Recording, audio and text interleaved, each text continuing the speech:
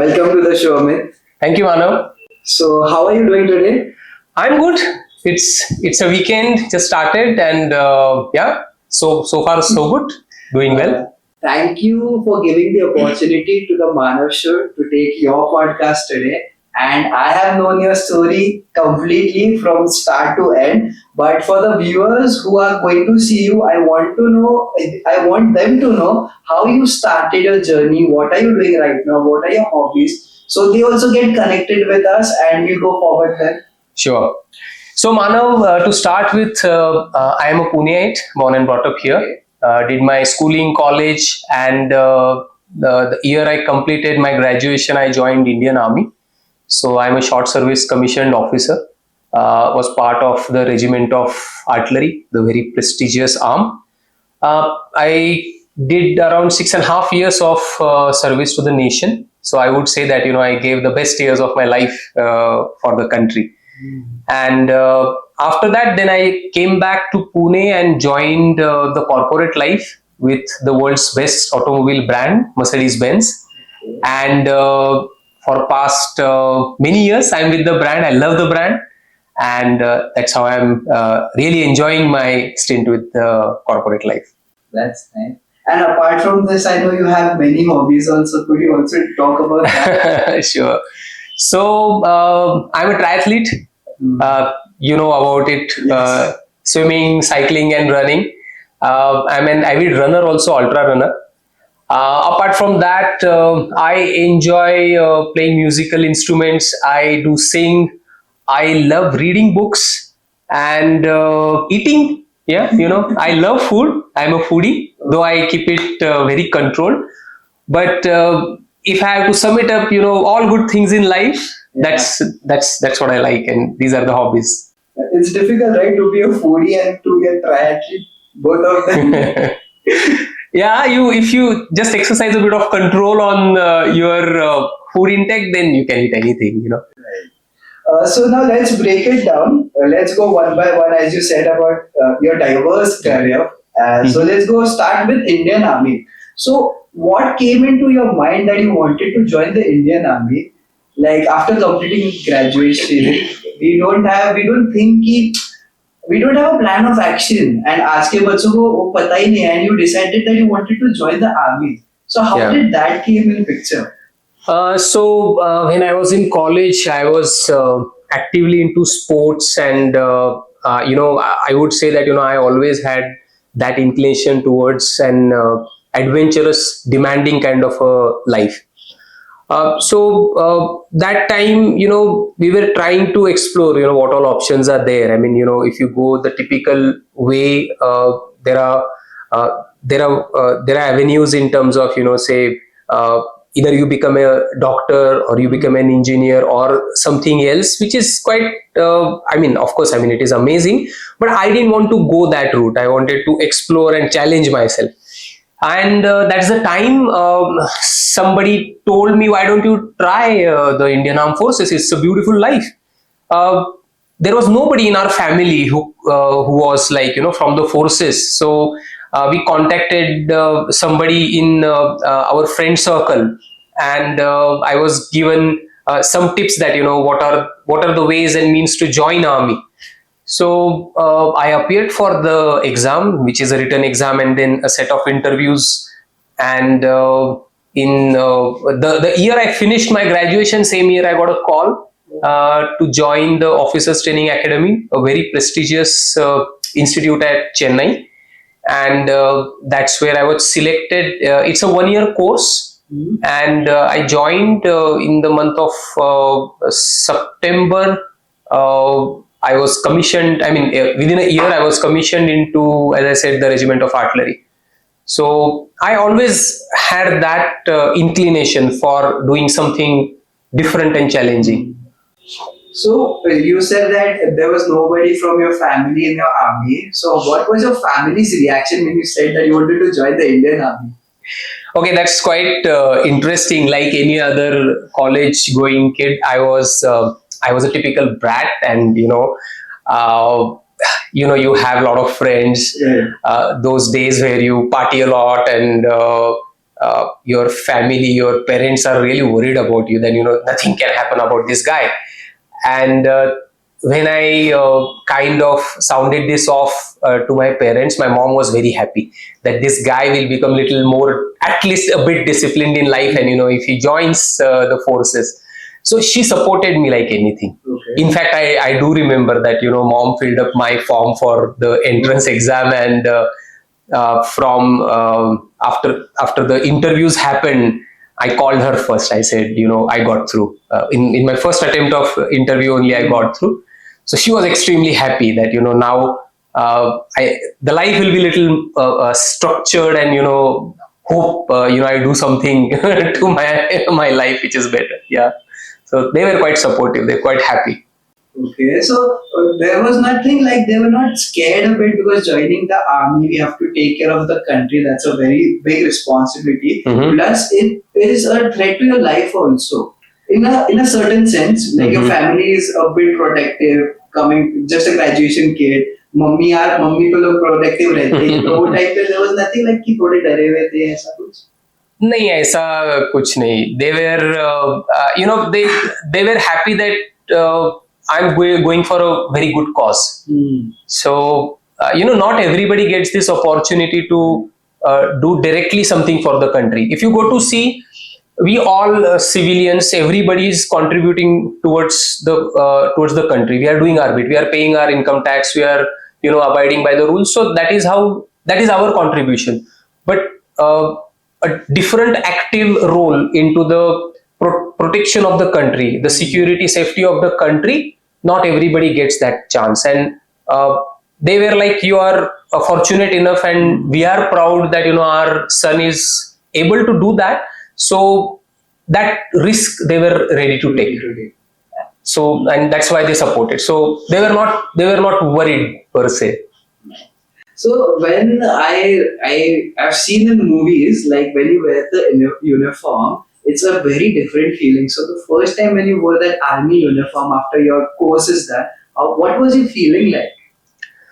That was quite overwhelming, moment. I still remember my parents, my relatives, my grandparents had come in all the way from Pune, and we all were standing at an open space in the academy, and all my course mates around me, they were getting the stars on their shoulders. It is called as peeping ceremony. So, and my dad and my mom, they put stars on my shoulders, and I was commissioned as a Lieutenant Amit Thete that time.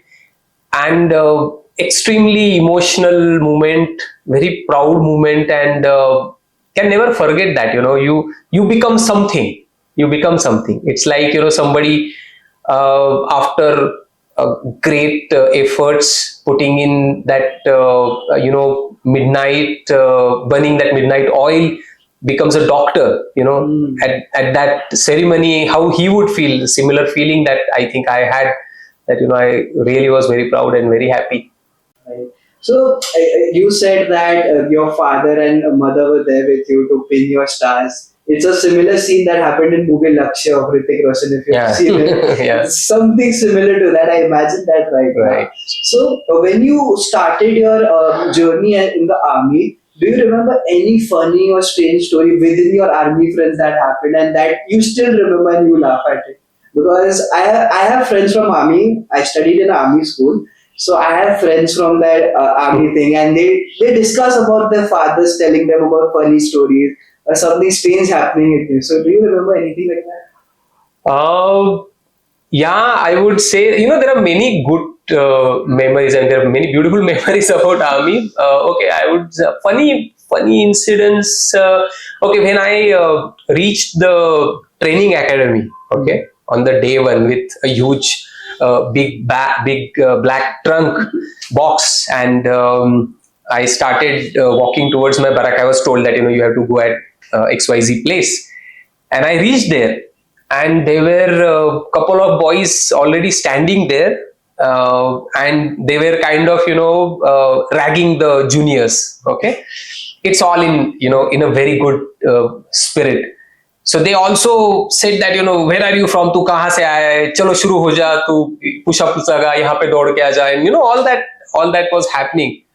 And then later on, I realized that these guys, these buggers, were also my course mates. But that was next day when I saw them next to me. So such things, they keep the entire environment very warm, and that's how you become very strong buddies. Right. Yeah. So it's like the people who are ragging you, they become the bestest of your friends up to a certain point.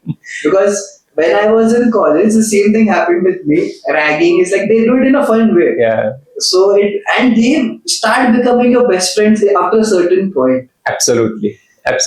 Yeah, that's right.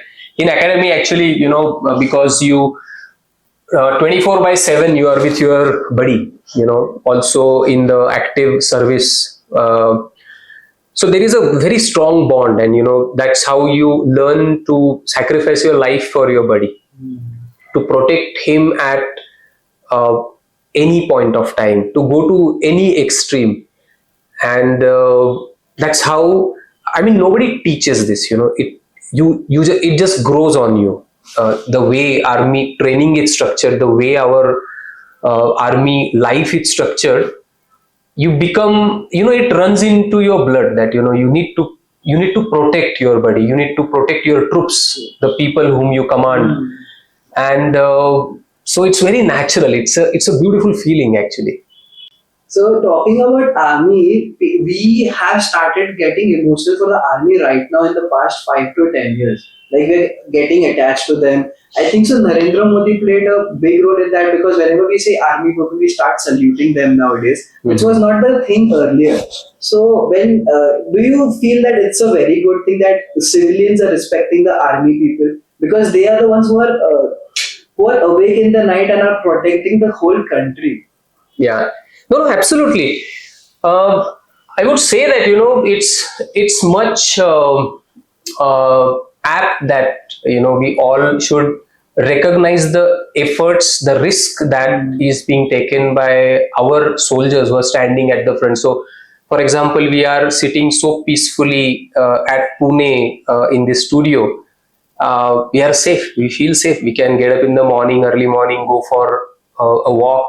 We can visit a mall, we can watch a movie, and very happily, peacefully go off to sleep. It's at the cost of somebody protecting our borders. And we have to recognize this, we have to realize this. And I would say that sometimes I feel it's unfortunate that we have to keep telling our friends, brothers, sisters, that there is somebody who's protecting, and you need to understand that. So army deserves great, huge respect, and I think that's happening. It's a very good thing to see.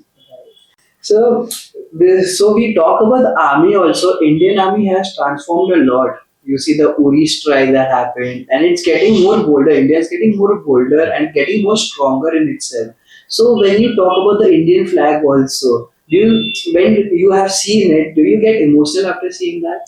Yeah, so few things in my life, they really make me very emotional, and Indian national flag is one of them.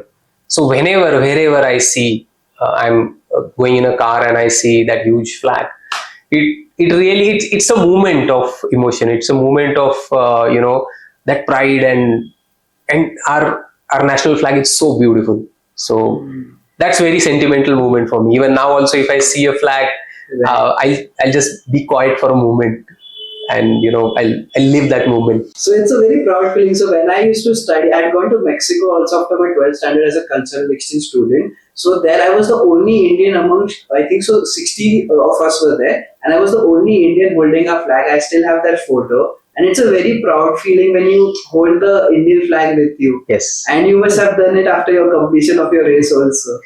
Yes. We do it, yeah. So going forward, so in army, after working for 6.5 years in the service, what made you think, or what made you leave the army? Were there any circumstances for which you left it? So Manav, I would say that I wanted to explore something different again in my professional journey, and that's the reason I decided to come back to Pune and try my hand at corporate. So I was doing pretty well in the previous profession also with the forces, and I thought that I have given the best time to the country, 6.5 years, and now is the time when I can I can afford to see something different, and that's why that was the reason for me to come back.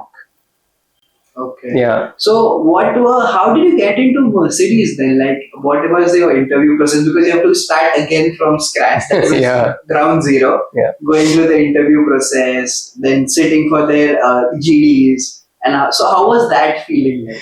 So that time Mercedes was looking out for somebody who could take care of their experiential marketing, that is events. And I would say that Army teaches you everything. Army is the best management institute that you can experience. So it teaches you about people management, events, lot of discipline, planning, and of course execution. So when I was interviewed, they found me suitable. That yes, this gentleman can take care of our events, and that's how I was. I joined the brand, and of course, I loved the brand right from the day one. And we all know, whenever you see a car, you have a choice of a brand as well, right? So I joined the brand Mercedes Benz. Yeah. So what do you think? Why Merck as in a company is very different?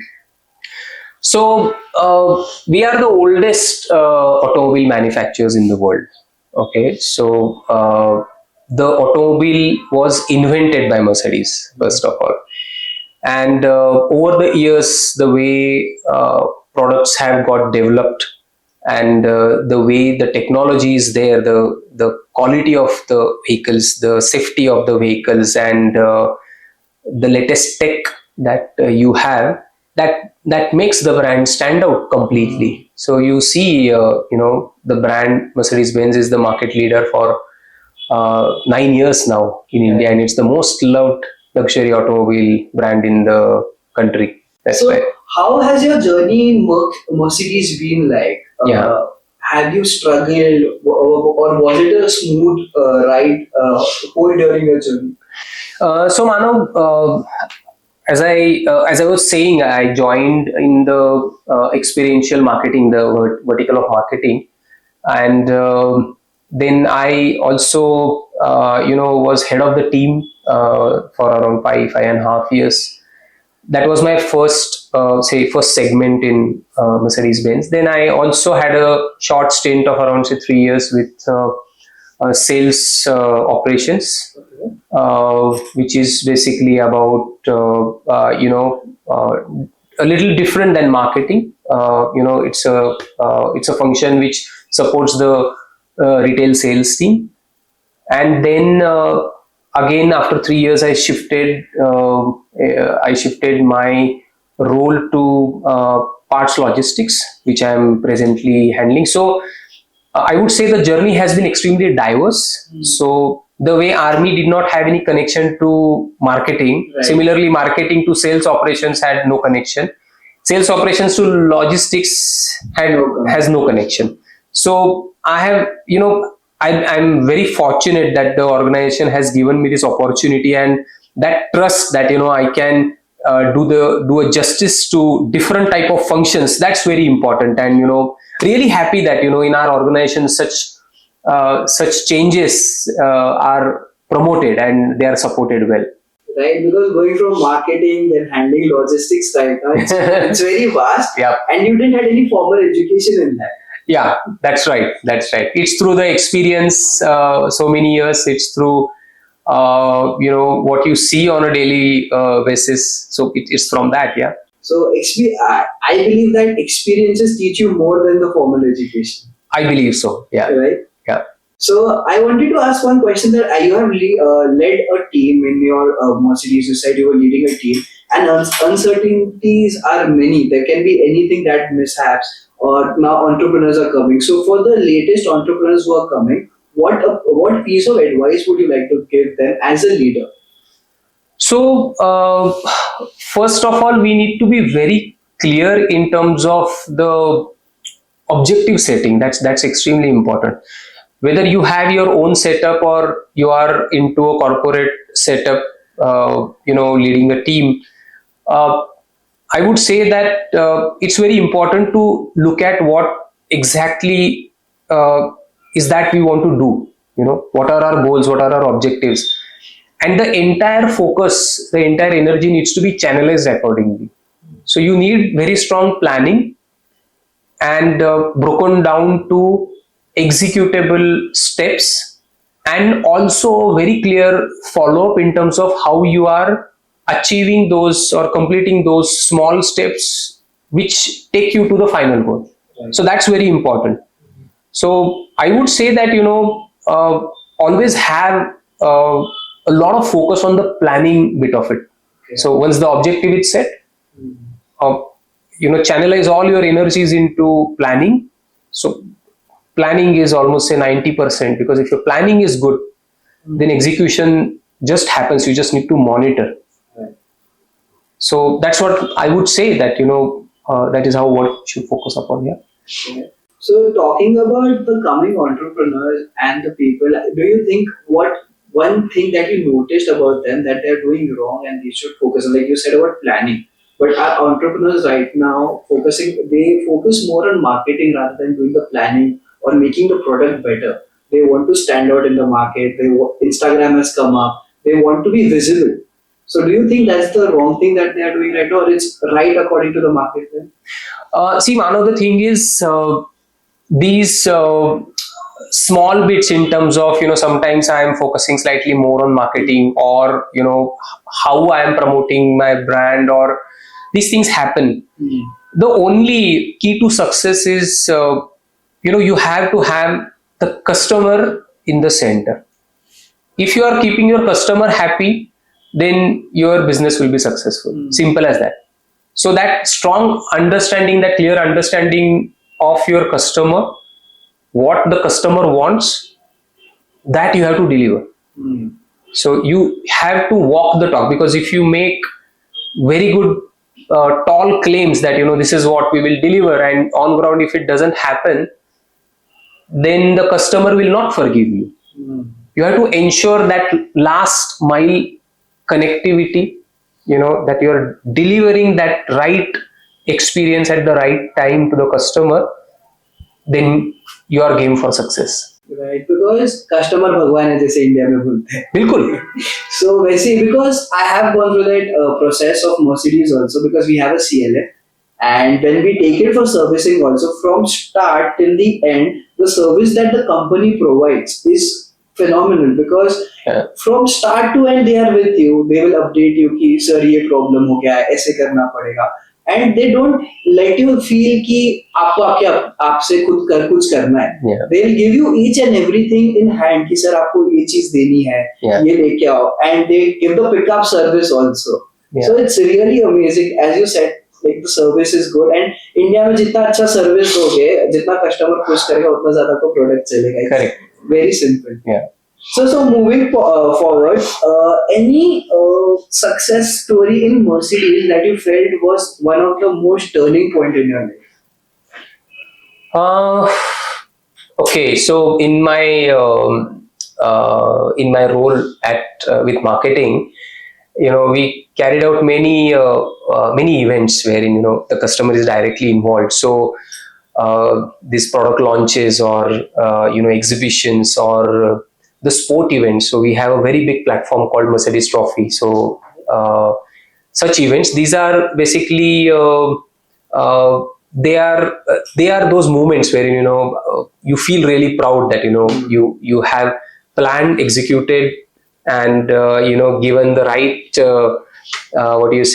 right justice to that entire event, and at the end of the day the customer is happy to see what you have delivered. So yeah, those are the experiences that I would always cherish and always carry with me. Okay. So talking about events, any event that you remember that was very memorable for you and it worked wonders according to your plan? Auto Expo is one event. Auto Expo is used to be the biannual auto exhibition at New Delhi, Mhm. and I would say that it's one of the biggest events that any automobile brand would look forward to. And the planning goes in for almost 8 to 9 months in advance, and huge, investment in terms of people, man, material, and everything for that matter, and the kind of teamwork that you need to put, the kind of planning that you need to put Mm. to make it successful.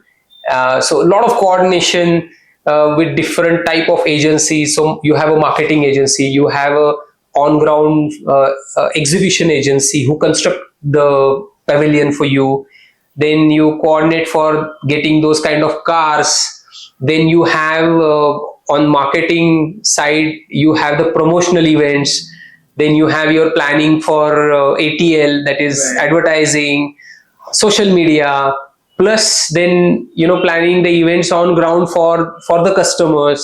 So it's like a 9 to 10 days overall, what you say, game. So it's around, say, a week long exhibition that you have, wherein it's a superb experience. It's a great experience of teamwork, coordination, and very intense action on ground. Mm. So you may have a midnight meetings with the team, and then again early morning, then you are back, say 7 in the morning, you have meeting, and round the clock there is something happening. You have been asked lot of things by a lot of people, because you are leading that project at that time I was handling experiential marketing, and then so you have to keep a check on everything, and if everything happens on time, then only your show is successful. So that's one memory that I would have always. So let's move forward to your triathlon and your hobbies part right now. So how did you enter into triathlon? Obviously, you had a base of army, you had to be fit, you were Yeah. disciplined. But how triathlon came into picture, because it's all a different game. Yeah. Running, swimming, and then cycling, swimming, cycling, and running. Swimming, cycling, running. Yeah. It's all a different game, a different mindset that is required. So how did you came into that journey? Yeah. So I basically I am a runner. Okay, and I started running around, say, I mean active running around, say, 7-8 years ago, Okay. and after quitting army, by the way. Mm. And then I'm also part of a triathlon group called Rad Strong, Yes. and there Dr. Kaustubh Radkar is our coach. And because all your buddies that time, there was one Ironman 70.3 happening at Goa, and that time lot of my buddies, they were planning to do that race, and then I was also kind of motivated, let me try. I knew how to swim, cycling, and run. So 2019 was the first time I got into triathlon. I bought a bike, then started swimming, and then we went, and it just happened. And after that, then one more, and then one more, and then it just continues. So once you start doing triathlons, then you become a triathlete, and Right. you start enjoying it. So it's like a drug, right? It doesn't stop. It's like एक करके अभी रुक जाएगी, but it doesn't stop. It continues. I would say, yeah. You start loving that life. Right. And also I would say that uh, as an active athlete, it's not easy to balance your professional life, your family, your training at the same point of time. Right. So if I have to put it across, I leave my house every day at around, say, 7:10, 7:15 in the morning, come back at around, say 8 o'clock around, because of commute, traffic, Right. etc. I need to leave early. Now the day has to start like at least 2 hours before that. So 4:45, 5 is the time when day starts. you have your run, swim, or cycle, whatever, which is a very active practice, physically demanding. You get tired. Okay, then you need to have that entire day you are in office, again actively doing a lot of things, and at the end of the day you are extremely tired. So by the time you get back home, there is hardly any energy left. You are looking forward to the forward to going off to sleep, up to say then planning your next day, but then you also have to have that time at home, the family time. So balancing it off is a key to being what do you say, a successful triathlete. That was my next question because I've seen it in my family also. To maintain a work-life balance, it's very difficult because you guys have to wake up at 4 o'clock. You start cycling, you start your workouts, then you have to take care of your office, your duties, that are your professional duties. And after that, in the evening, you have to take care of your family, go out with them. Maybe you have some social commitments, you have to go out there. And the next day, you have to go again, you have to do that. Absolutely. So, how do you keep your energy level so up at that time? So, I would say that, just keep that, you need to be mindful about what you are eating. You need to be mindful about what is that amount of good quality sleep that you are getting, and that's important. So in terms of keeping a check on your health, these two things are very, very, very critical. Apart from that, just keep doing your work, focus on your work, and I think that just happens. Then it becomes like your life. It becomes a very good practice, and year after year, if you keep on doing that, it's part of your life. It becomes your life, actually. Right. Yeah, that's the right word to say. Because the life only changes completely. Because I have seen my dad, you have also seen him. First, it was like he used to come home at 11 o'clock, 12 o'clock. But right now, it's like 9:30, 10:30 max, he's in his bed sleeping. Next day, he's working out. But we are happy because he's getting healthier and healthier day by day. He's looking fit. And because of this, he is able to focus more on his work. Right. Because it makes your mind sharp, it helps him to, and his energy levels the whole day have increased a lot comparing to the earlier part. So, going forward, you like reading books also. Does reading books help you to, in your triathlon also? It makes you calm or something like that? Yeah, so books are very, what do you say, they are extremely helpful to get your energies channelized, You there was a book which I was reading. It was about focusing on the things that you really need in life. Okay, and it says that you need to cut off on lot of things that you don't need, and just channelize your energies. So if the literature that you are going through time and again keeps you, or rather gets you back onto your goal, onto your objective, that is a big big motivation to work towards what you really want to do. So it helps you channelize your thoughts, it helps you focus on the important things that matter in your life.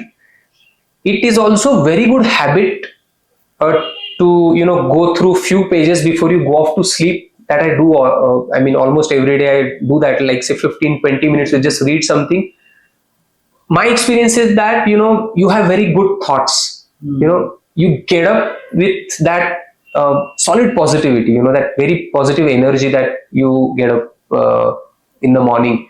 So books are they are big help in overall planning, and not only triathlon, in terms of my work at office, in terms of my team management, in terms of my relationships.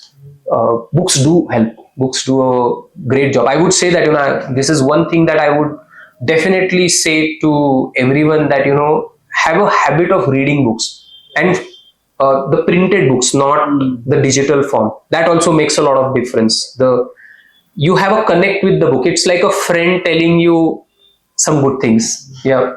So we started with the army journey, then we went into your corporate life. Now we have come to your hobby. So I see a kind of discipline in your life that you carry. Like your day is planned. But in today's generation, if you talk about the Gen Zs, Gen Alphas, there is no discipline in their life. Talking about me also, I kind of have a disciplined life. Sometimes it goes imbalances. So can we give a 7-day resilience challenge to our viewers? Can you give something like that which motivates them? At least they can plan their day, dedicate something, ki 1 ghanta workout, 7 hours to 8 hours of your studies or work, or some challenge kind of thing you can give to all our viewers.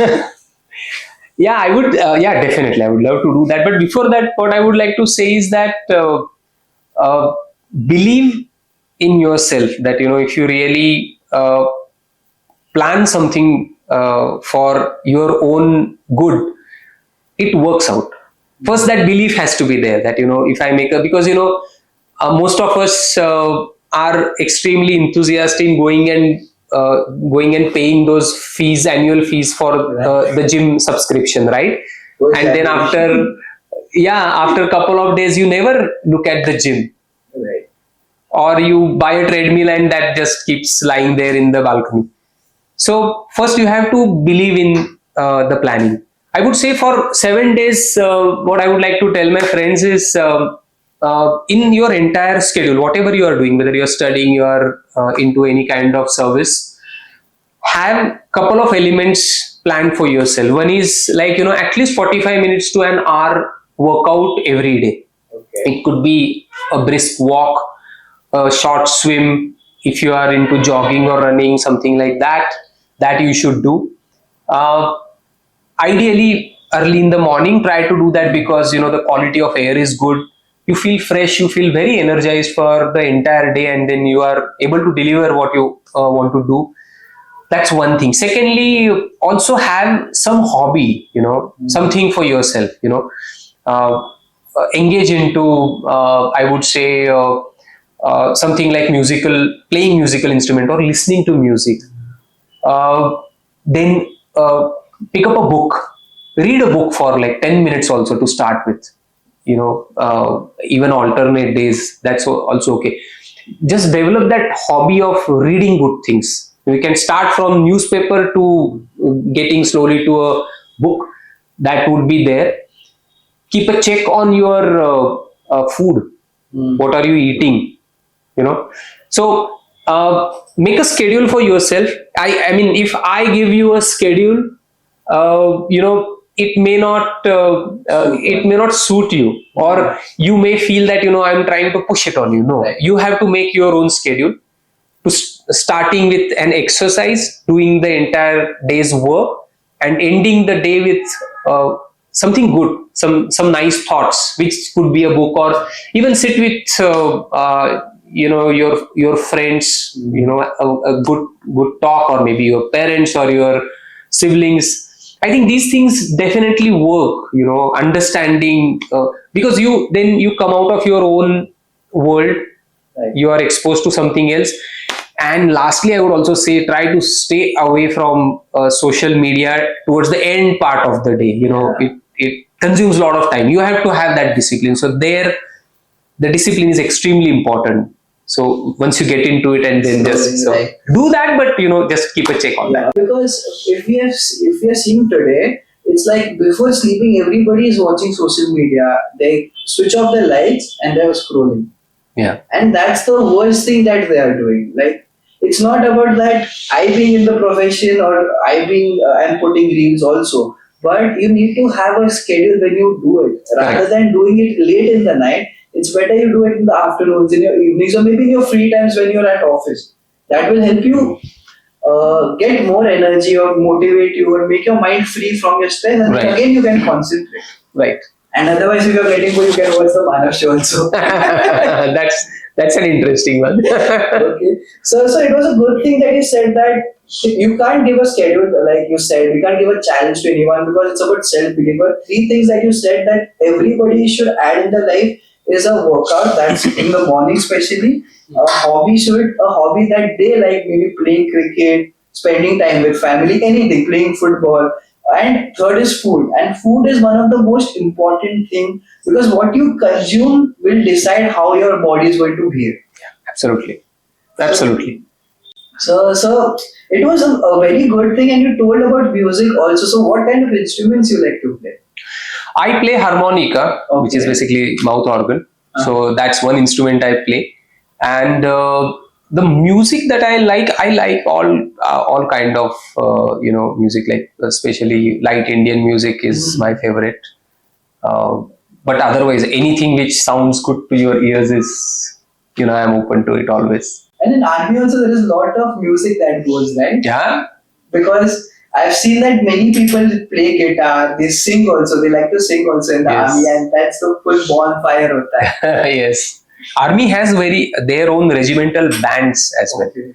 Beautifully synchronized, and it's a treat. So when in academy, at the time of passing out parade, the last day in the academy, there is a band which is playing, Right. and to the tune of the band you are marching, and then you are taking that final step. It is called as antim pag, Right. and then you cross, and then you are entitled to become a commissioned officer. Right. So the marching sound also is very good. Yeah. Every army person, they are synchronized, they march together, and that noise is very good. Absolutely. The sound, I mean, it's very good. Absolutely. So going forward, let's go to a rapid fire round. Sure. And let's, whatever comes to your mind, you can say about that. Sure. Okay, so if you have to choose between one, that's your army life or corporate life, which one pushed you harder? Army life. Army life. Okay. Most memorable piece of advice that you ever got? Have a plan. Okay. Speed or strategy, which matters more in leadership? Strategy. Strategy. Okay. Your favorite cheat meal? Chocolates. Chocolates. Okay. Your favorite book and lessons that you learned from it? Focus on what matters. The book that I'm reading now, Okay. and as I mentioned, it's you need to be goal oriented.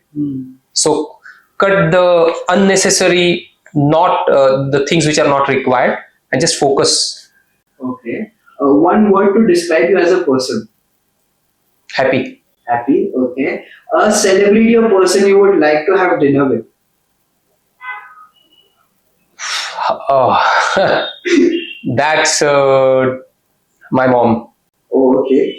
That's nice to hear. So thank you so much. Here we come to the end of the podcast. It was a lot of learnings that we got, and I am sure that people or our friends who are hearing, they will also learn, start thinking about how we have to maintain a good life, have a healthier life, how to maintain a work balance, and how to lead a healthier life and stay happy, as you said. Thank you so much. Yes. Thank you, Manav. It was great to interact, and I had a lot of fun. Yes, thank you. Thank you.